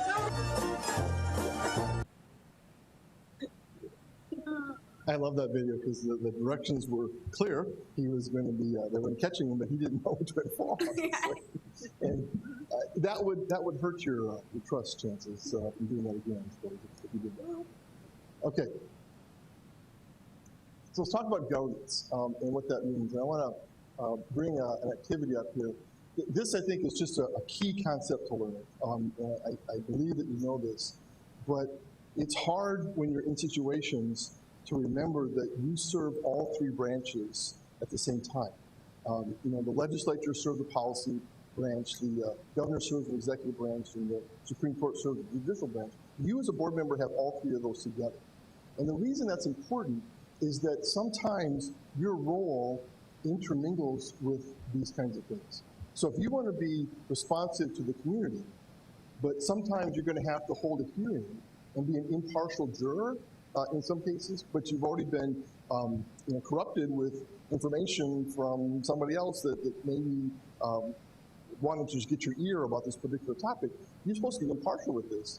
And then the executive idea is your job is to hire and evaluate the superintendent, not to hire the principal, not to hire the teacher, those kind of things. And it's hard to sometimes stay in our lane and then also develop policies. And what I found, though, is that there's a high degree of satisfaction of boards that understand this. My job is to make sure our district is running well, not run the district. And my job is to make sure that I hire the best superintendent I can to run the district. And my job is to make sure that we are judicious in our policies and how we make decisions about those policies. If I can do just that, and by the way, that is a lot, stay there. Because once you start throwing the beanbag around different places, you've lost sight of the team, you've lost sight of your role and where you are. So let me ask you this. I'm going to run some what would you do questions by you, and we'll have a few minutes to talk about these. A parent you know well calls with concerns, and they're emotional about the situation. It appears his or her student is in conflict with the teacher, and I guess some disciplinary action has already taken place, probably in the classroom. The parent disagrees with the actions of the teacher, and I threw this one in there too. You don't particularly like the teacher in question yourself. The parent asks for help and wants you to look into it. There's a lot of things going on in there, but what would you do? Now remember, you know them well, okay? Probably a friend of yours called you up, your phone number's on the website, called you up and said, I need you to look into this one. I need you to help me out with this. What do you do? Send them to the principal. You send the principal. Well, what I would do is obviously show some compassion and say, I understand you're upset. My recommendation would be to you to go and speak if you don't like what's going on with the student's teacher, and you've tried to resolve that already with the teacher, and go to the principal next. So you jump to the principal because you already know that the teacher, going back to the teacher, is probably not going to get some kind of resolution that's made. You don't know that. But I guess I was making the assumption they had already tried to work something out with the teacher. Yeah, okay. But Kate, you're not going to look into it? You're not going to call the principal up and say, hey. Kate, I've been on the board a long time. Yeah, okay, all right. I've learned my lesson. Well, would others do something different? Kate, let me ask you one more question. This is someone you know well, okay? Your relationship with them, they've asked you for help. Now you have a struggle because you have to balance your board hat and your friend hat in both of those. I would tell them that I've got to wear my board. If you're coming to me as a board member, I'm putting my board hat on. Is it hard? No. No? I mean, just like when I walk in my kid's school, I've got my parent hat on. Sure. I don't have my kid. Sure. I'm able to compartmentalize. And you can separate those roles. For the people to understand that. Well, yeah. That you're dealing with. Right. I think as a parent, it becomes a little easier to do that. Yeah. What other advice would you give in this scenario? Anything else you saw there?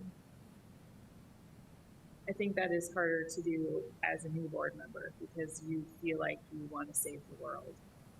And so people come to you because they probably, helped you get elected, and they, like they have these maybe false conceptions about what you can do. And so I think it's important to be like the educator in that position and say, I'd really like to help you.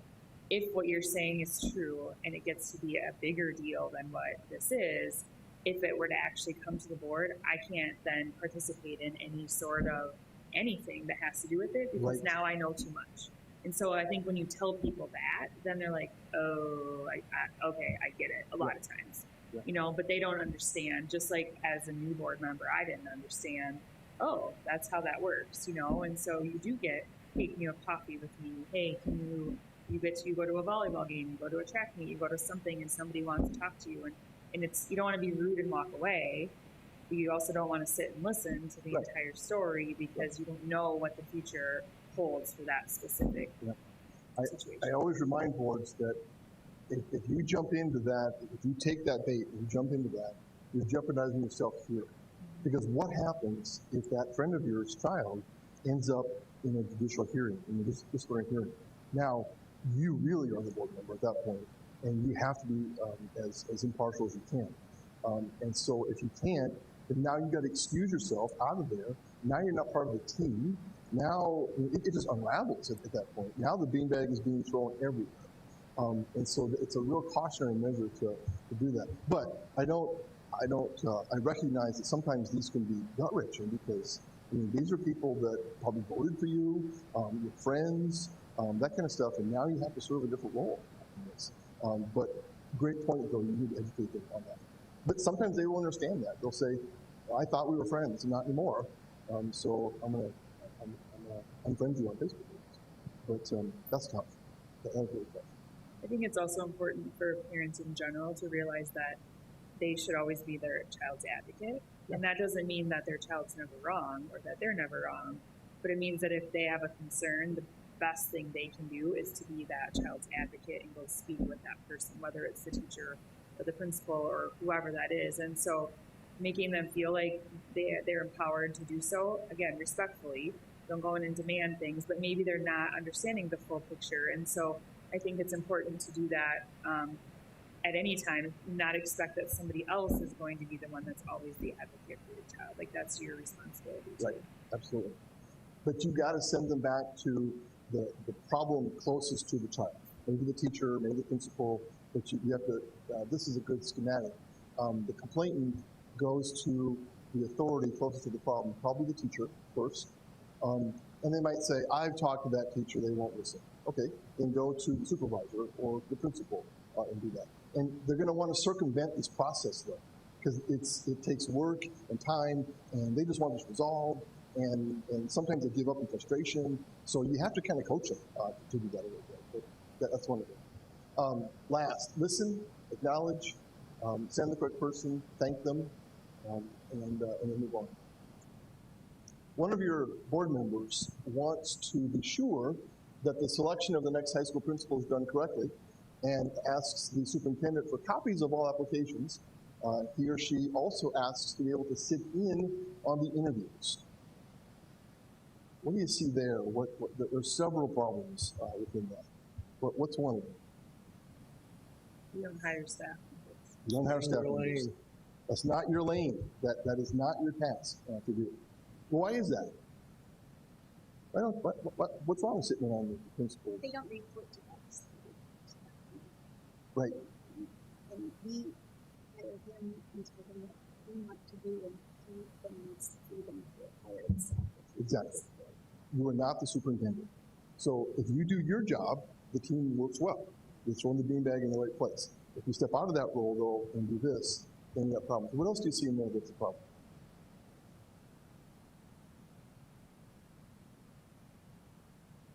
What's the motivation, or what's lacking here? The board member thinks they're going to get kept out. Right. So there's maybe a competence trust issue with the superintendent, maybe. Well, you can't do it, so I can do it better. I'll step in. I'll fix it for you. I'll help you with that. Why is that a problem? Trust the superintendent. You do. And if you don't, then you need to approach it, and you need to rectify it. Now, are there times when you can't trust superintendent? I hope not, but if those times are there, they're not here, but if those times were to happen, then you need to have those conversations, and they're tough conversations, but you've got to have them. Yeah, there's a trust issue here. Wants to be sure the selection is done correctly. And that's really saying, I don't trust that he's going to get the job done, so I'll sit there and do it. But, you know, sometimes to a degree, there are board members who have expertise. You know, there might be a situation where, you know, you're building Jefferson, and you got a board, I'm making this up, but you're building Jefferson, there's a board member that's maybe a construction person, knows a lot about construction, architecture. They might want to get their hands involved in that because of their background, their expertise. What would you do there? I mean, how do you acknowledge their expertise, but yet keep them in their lane? How do you do that? So I work in the insurance business. Sure. I have not once touched the insurance people. Yep. Because it's not an appropriate place for me to be. Right. And other than the fact that there are competing systems, you know, in Sioux Falls or in South Dakota, I know I'm going to get it. Spar with me just a little bit, okay? So you have insurance knowledge. You understand insurance. When would it be appropriate, though, to use that knowledge in your setting here? I guess I would, I don't know what I would do. Yeah. I'm going to just offer a little different perspective, and that coming from looking at how to select a particular committee. That there are times where we will intentionally pick an individual given their skill set, and it's an invitation as opposed to them to send around and saying, here's my credentials, and I'm going to correctly make sure this is done. So it's the dynamic and how it's come across and how the group is formed is important. As long as we understand, I think, our role in that committee, because Kate's right. I mean, if she's on the insurance committee, that had a whole new dynamic to it because of her role, the position, and her knowledge. Now, that doesn't mean, though, that if there was an insurance question, that she just absolutely has to abstain from all knowledge of insurance. I mean, she could bring that into the board discussion. She might even tell Dr. Maher, you know, I'm seeing the committee say this and this and this. I need to clarify that because of my background and my knowledge. So she could actually add to the conversation. Now, she's not saying, I disagree with the committee because I know better, but she can add her wisdom to that knowledge. So I'm not saying you shouldn't use your talents that you have of being a board member because you bring skills at it. But sometimes it's hard. Responsibility is for student achievement. I'm going to skip ahead to, well, just a couple of these. I want to emphasize two of them. You got to believe that you're here because of the children. I mean, that people say that, but I don't know if they always believe it. Yeah, we're here for the kids. Okay. Do you ever talk about student achievement? No. Do you ever talk about anything other than football schools? No. Are you here for the kids? You have to really look at your actions, at least in some boards I've talked to, in doing that. Participate responsibly. Come to meetings on time. Be prepared. I mean, those are trust building things too. That my colleagues are prepared and willing to contribute. Remember that the only authority you have lies in the whole board, not in you individually. So don't go out and say, "I'll take care of that for you," because you can't. It's only one board. Be responsible for your behavior in the group. Be a good listener. Refrain from involvement in teacher personnel issues. Review the facts and then understand where you are. Public support, and then the board governs and administrators administer. Let them administer. We've got great administrators. Let them administer sometimes, and then support decisions. This is the tough one for some board members. You know, we've had knockdown, drag-out debate about some issue, and I just don't agree with it. And so, but I was outvoted 4-1, and I have a choice to make now. I can either be mad about it, and I can act on that anger, or I can accept it and say, I'm a part of a team, this is how we made the decision, I can accept it. And if you can't, then you got some choices to make at that point. But the worst thing I think boards do is then, leave the board meeting and then talk about their dissatisfaction with it sometimes. But that's hard, I know, because you've made a decision. All right. After 2 board meetings of discussion related to redistricting and boundary changes, a coworker asks to see you.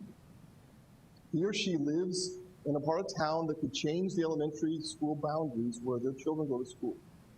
He or she wants to give you their opinion about the potential boundary change and the impact it will have on their family. Okay, coworker, put yourself in that environment. They haven't asked you anything other than to meet with you and see you. The discussion is difficult. Boundary changes are always tough discussions to go through because you're affecting, people where they go to school, where their homes are. What do you do in that case? Todd, what would you do? On Monday, when this happened, I always welcome any input at the public hearing. There'll be plenty of opportunity for everyone to hear what you have to say instead of just me trying to hear it for credit. There'll be ample opportunity to raise your thing that you individually stuff. So you would invite them to the board meeting to express their opinion of all your teammates and not just you. Yep. Okay. It's a coworker though. They might say, Todd, I just want to talk to you about it. No big deal. Come on. You okay with sending them to the board meeting? You bet. Okay. Others. What do you think, man? My listen, that's part of my constituencies. The coworker is with me, is with me this week. Yeah. You haven't committed to anything, right? You haven't said, sure, whatever you think. Yeah, we'll make sure that we'll gerrymander that road by 10th Street so that your house is, you haven't given them anything. Also, if it's a coworker, so if this is during your work hours, you might want to also think about if it's appropriate time to have that conversation. I hadn't thought about that. Yeah. Yeah, good. Others? I think it's important just to make sure they know what the process is, because I think we probably all have people complaints about this already. Of course. I had someone say, I heard that I live here now and it's going to be in this school district. We haven't even set our calendar timeline. And so I just simply said, no decisions have been made. There's going to be ample community discussion on this. And just kind of went through the process that we've gone through so far and explain that to people. Oh, I didn't realize that we weren't even at the decision-making process. Do you find yourself explaining to people, the protocols and the right chain of command and what we're going to do with redistricting? And because they may not know or they might not be aware of the process. Do you find yourself doing that a lot? Yeah. I think I can't even remember where it was. I think it was at NSBA, not last year, 2 years ago, 3 years ago. I remember going to a session where maybe we've even done this doing it's I'm foggy, but they would have YouTube little things with their school board members just explaining. Periodically, they would post it up on Facebook or on their website and just have a brief kind of education on this is what a meeting looks like. This is why we have a consent agenda, or this is what our community discussions are for, and just help sort of explain. Because I think we spend a time explaining the process. Like you said, the chain of command. Who do you go to if you have a complaint? At least I have been in experience. Yeah, just want to make sure they know that has the opportunity to be right. And that I may love be the idea of having little things up on online that the school district is using their school board records for. Sure. I direct a lot of people to the website. Like people ask me, we get the most random questions, and I'm like, "Oh, do you have the app? Let me show you how to find that on the app." Or if it's at work, I'm like, "Hey, pull up the school district website." And I'm like, Google Sioux Falls School District. There's your start, and then I'll walk them videos through. There's information there. Yeah, the number of people who who don't use the resources that are just at their fingertips. Yeah. And so I think sometimes just showing them that it really is pretty quick will help them. Look, you can find the minutes to the meetings that we've already had, or you can find the next upcoming dates, put them on your calendar, can you attend? So things like that, again, explaining the process and showing them where they can get the information and trying to make them maybe a little bit more independent on it, I think is helpful too. Do you think, man, let me ask you this question. You set up a meeting and a time to visit with your coworker because you just want to listen. Do you set up any boundaries with them about what listening means at that point? Because you don't know. Yeah, okay, I'm willing to meet with you as long as you're just giving me input on this, because I can't respond to you about it. I can't, give you a response back. You just set up some boundaries about the discussion. Would that be helpful? I would say how much time that I have to give to it. Okay. We just want to be heard. But then layered on top of that, if you have a process in place, you know what that process is. You use listening sessions with you so that their voice would ultimately be heard within that process. Yeah. Okay. I think something I do too often is say, I'm only one voice. I sit on a board with 4 other people. No decisions have been made, or something to that effect, just to make sure that they know, I'm not the ultimate decision maker, that we are together the decision makers. Do you think they understand that, for the most part? For the most part. I've also walked through the process of even if they want to speak at our meetings, because I think that can be intimidating to people to have to come. Oh, sure. And so, I'll say, like when you said, why don't you come to me, I'll walk through that process with them, what they need to do, when they need to show up and sign in with them, so that hopefully some of those barriers of that fear of coming and do that are removed so that they can come and make their question. Yeah, that was after what you had said. I think at one point we talked about doing a little snippet somewhere of how to come in. Yeah. Make it less intimidating. Do we have time for one more? What would you do? Okay. Let's see. Let me just move ahead here. This is an easy one. After a cyber attack on the school district's internet system, and it's been thwarted, it didn't have any damage. But it becomes clear to the school board that the district's policy on staff and student internet use is weak and could jeopardize the system if such a security breach should happen again. What do you do? What is your role in that?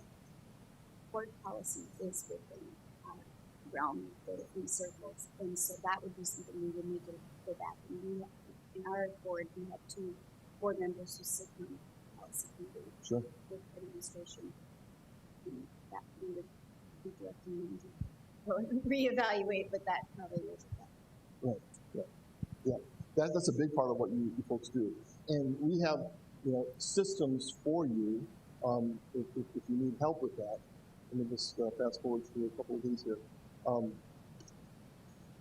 We have 410 sample board policies on our website that are accessible to you for nothing. You can use them, adapt them, modify them, ignore them, whatever you want to do. But if you need help with that, or your administrators do, we cover all of these topics, and you can get some help from us if you need to. Gary Kaufman, my legal counsel, runs that. We also send out, you probably heard of Tyler Pickner. Tyler's my communication director, and he sends out policy alerts. And I would strongly urge you to pay attention to policy alerts, because what we're looking for in our office all the time are updates, like legislative updates, something changed in the legislature, we want to update a policy, or we're looking for new and emerging policies. Cybersecurity, something like that, or other kinds of things that we're hearing about other policies, and we create one. We just created one like for the Noxaline project, the Narcan project. We created one for that to look at. So if you see those, take a look at them and say, do we have a policy like that? Do we need a policy like that? Obviously, Dr. Maha will be looking at some of those. And then we can help you with consultation on the phone. Okay, one last one. The board president calls for a motion to enter into executive session, specifically citing STCL 125.2 subsection 1, which is discuss the qualifications, competence, performance, characteristics of any public officer or employee or prospective public officer or employee. So after the discussion with this particular personnel matter, one of the board members says, I quote, "Since we're in executive session, we should talk about the problem with the football team and the coach." What would you do in that situation? So you resolved the issue that you went into executive session for, the personnel issue. And the superintendent presented that, you discussed it, and no action was required to have you come out and then act on it. But inside of the executive session, someone said, "Since we're here, let's talk about this." What would you do? Yeah? Probably ask if it's on the agenda. Let's say it wasn't on the agenda. It's just something that's been on the school board member's mind and they just want to talk about it, but we're in executive session, so what's wrong with that? Well, so technically, it is a personnel issue, so it falls within the law, right? However, it's not a planned conversation where somebody could have prepared and had both sides of whatever said issue is be represented in a fair way. Right. So Right. then that's the piece of it to me that makes it inappropriate. But if it's a personnel issue and that is the reason that you went into exec session, a personnel issue is fair game, but it should be fairly presented on behalf of the employee or. And it hasn't followed the chain of command too, I would argue, because that doesn't vet it through. Your superintendent has been surprised at this point. Sure. And like you, none of us like surprises. There's no room for surprises. So in this case, even though you're right, this is, it could be construed to fall under subsection 1. And maybe we have a personal issue here, I don't know. But all of a sudden it was just sprung on the superintendent, sprung on the board. And in that case, it would be inappropriate. Now, could you do it technically? Maybe, but you're really in shaky ground here because this wasn't part of the original plan. This wasn't on the agenda. And so I guess my point is, don't use executive session, as you well know, just to talk about stuff you want to talk about. Even if, I made it this way on purpose, even if it is a topic that would be acceptable for the reason you went into executive session. But yeah, you would want to say to the superintendent, stop, let's figure out, is there really a problem here to start with? We don't need an executive session to decide that. And then let's back up a little bit and figure out what we're doing. Okay? All right, and then in your book, you have all the executive session information that we have there.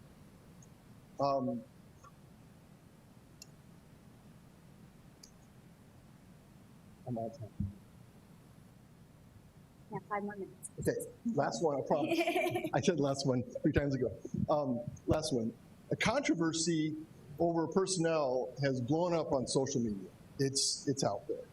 The superintendent asked the board president to call for a meeting, an executive session, to inform the board about the issue and provide facts counter to the misinformation in the public. All protocols for organizing the meeting are followed. Everything's legit for getting together and having executive session for this conversation. It's a tense situation, but the board is well informed by the end of the meeting. You know exactly what's going on. No action is necessary, and the board president closes the meeting, you're done. You leave IPC, and a media representative calls you and wants to know your opinion about the matter. Now, you're torn because you want to set the record straight. There's all kinds of misinformation out there, so you want to set the record straight. At the same time, you've been told by some guy that you shouldn't talk about executive session outside of executive session. What do you do? You got a dilemma here that tears you both ways. What would you do? Why? If it's a personnel issue, and if there's clarification that needs to be made in the media, whether it's his office's responsibility to address it. And I bet you have pretty good systems in place that take care of those kind of situations. If it's felt necessary to set the record straight. Right, right, yep. So the question you're always asking is, what's my job? Am I the spokesperson for the board to talk to the media about an executive session, the discussion that we had? No. Is it my job to set social media straight about something that I have new information about now? No. Is it the administration's job to take the media issue and work on that separately? Yes, in that case. But those are tough because you know how it is. You had media that ask you questions and they're selling papers and they're making news shows, so they want information. You have critical information. And like I said in the beginning, this is blown up on social media. It's out there. And so now we're having to recover and figure out how do we bring all this information back in what we do. But again, just like the beanbags, stay in your lane, do your job, we're good. I hope this is helpful. I hope we've had you think a little bit about some topics. I hope that, and I'm pretty sure, that we've reaffirmed some things you already know and some things that you are doing as a board already. And it's been a great privilege to be here, to be with you. If our office can ever do anything to help you folks in any way, we're here to help you. So thanks for having me, and it's good to be here. Thank you, Wade. You did wonderful. Thank you. Okay, we'll move on. Board committee reports. Board member. Nothing new on budget since the last meeting. The Sports Authority, we have the marathon this weekend. It's a little bit lighter than we've had in the past, but there's a lot of the things, and there's so much more being offered in Sioux Falls. There's more to do. And then I met with Sherry Unruh from, Shelly Unruh, and that was a really, really good meeting, and she's asked me to help her form a board for housing, and for 2 years to accomplish a pretty big task, but there's some big issues, and I think my perspective as a board member and as a real estate broker will be invaluable, and she's got a great list of some names, and I think this will be a real powerful working board and not just one to stop in once a month and make a vote. So I'm really, really fired up about that. It's changes. That's all I got. Chamber, we had a meeting. They're still working on the hiring of the new executive director, Jason Ball, leading. They were thinking October, I think, is about right. And the CVB gave their budget because they have to go through some city projects. So they were doing that. Let's see, they had today, Dr. Meyer and I both attended. Senator Thune had a round table and then kind of opened the questions. They had it was a nicely attended event today as well. JDAI, I attended a meeting in Chamberlain on that. It was interesting. Mitchell and Watertown are both doing some interesting new partnerships with their community on truancy and using some outside resources outside the district to do that. Have a report on that. Sioux Empire Leadership, Kate and I attended that first meeting, passed the bylaws, working forward on that agenda, setting up some rules and kind of how to bring new things forward. The mayor spoke a lot about on the census, which will be very impactful to us as well, on making sure everybody gets counted because that's how obviously dollars are allocated. So it's important in our community to educate people to be participating in the census. Budget, Todd spoke on. STI Council, nothing new really. We didn't have a meeting in what's going on there at our later board meeting. And ASBSD, they had state convention in August, and many of us attended. Had some great speakers and education funding, and then they honored W. Dugard at that and some other educators. And I think the Pierce School Board won their school board of the years.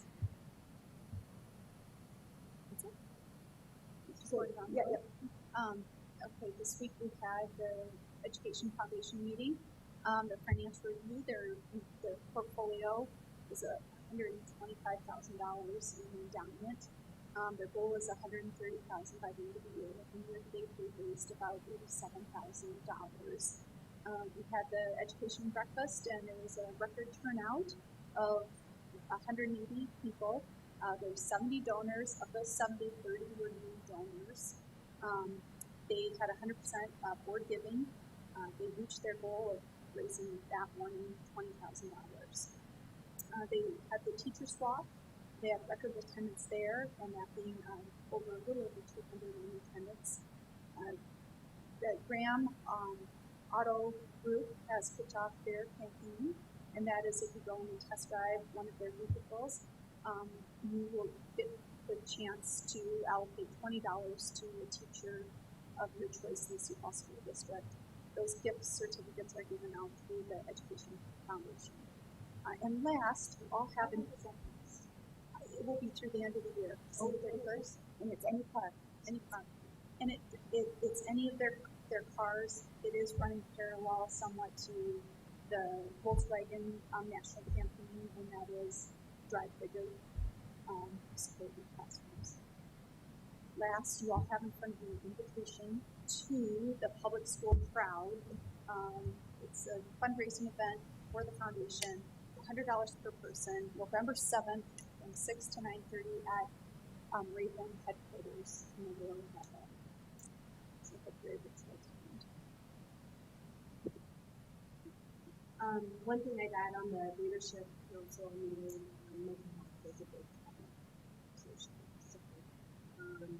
mental health issues being felt across the community, from the police department to the judiciary to the community to the city. So the topic will be tackling in that group in the near future for the community at least. I had conflict with the PAC committee meeting.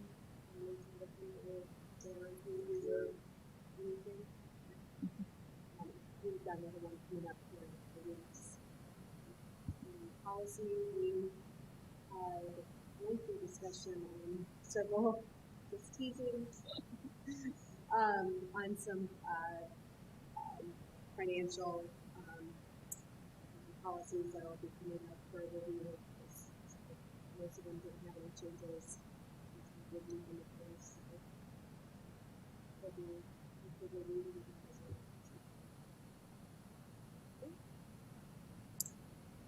So Kate talked about policy, and the only other one I have is the calendar committee. We are not currently meeting.